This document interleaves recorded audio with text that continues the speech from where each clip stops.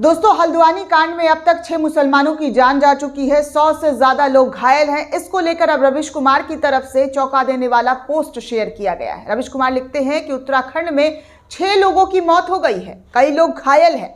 विपक्ष के बड़े नेताओं को उत्तराखंड के बनभूलपुरा जाना चाहिए, वहां जाकर और ठहर कर चीजों का पता लगाना चाहिए। वहां जो हुआ वो कब्जा हटाने के नाम पर कुछ और भी नजर आता है। वहां की खबरों में सरकार का ही पक्ष भरा हुआ है।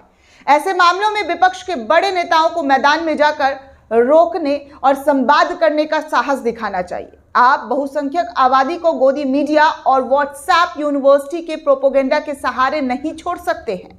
चुनावी ध्रुवीकरण तो वैसे भी हो रहा है। विपक्ष इस तरह से चुप लगता है या रहेगा तो देश भर में सामने आ रही सरकारी सांप्रदायिकता से नहीं लड़ पाएगा। इन बातों का भाषणों में जिक्र कीजिए। उत्तराखंड में भयंकर बेरोजगारी है, मगर बहस किस चीज को लेकर पैदा की जा रही है?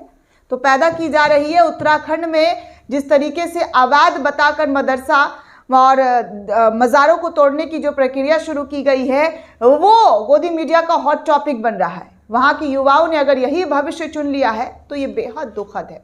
उन्हें अखबारों और चैनलों से सावधान रहने की जरूरत है। दिल्ली में रातों रात मस्जिदों का वजूद मिटा दिया जाता है। दोस्तों, ऐसे कई मस्जिद है जो इस वक्त दिल्ली में मौजूद थे लेकिन अब मौजूद नहीं है। दिल्ली शहर के लोगों ने अनदेखा कर दिया। वो हर ज्यादती में अपनी चुप्पी के साथ शामिल होते जा रहे हैं। विपक्ष के नेता क्या मौके पर गए, आसपास के लोगों को बताया क्या हो रहा है वहां पर? हिंदी के अखबारों में मस्जिदों पर दावों की खबरें भरी रहती है। कभी नीचे मंदिर होना तो कभी अतिक्रमण हटाने का सहारा लेकर तनाव पैदा किया जा रहा है ताकि बाद की कार्रवाई से वोट के लिए माहौल बने। ऐसी अनेकों खबरों से गुजरते हुए साफ लगता है कि कोर्ट, पुलिस, सरकारी विभाग और गोदी मीडिया के अखबार लगातार ऐसी खबरों और बयानों से हिंदू वोट बनाने में लगे हुए हैं। कोशिश कर रहे हैं कि बस हिंदू वोटर्स पर ही फोकस किया जाए। ये बहुत दुखद और शर्मनाक है। जिस तरीके के हालात कर दिए गए इस देश में मुसलमानों को लेकर दोस्तों, वो अब आप आंख खोल कर देख सकते हैं कि क्या हालात और क्या माहौल बनाया जा रहा है, किस तरीके की स्थिति पैदा की जा रही है। निचले स्तर पर कोर्ट की भूमिका पर बात होनी चाहिए। ये सब रविश कुमार अपने इस पोस्ट में लिखते हैं जो सोशल मीडिया पर शेयर किया। उन्होंने कहा है कि बात बात में सर्वे और स्टे के जरिए ये खेल खेला जा रहा है ताकि सब कुछ कानूनी लगे।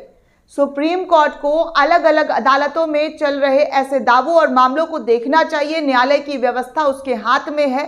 भारत में अदालती सांप्रदायिकता यानी कि कोर्ट कम्युनलिज्म का एक नया ही रूप देखने को मिल रहा है।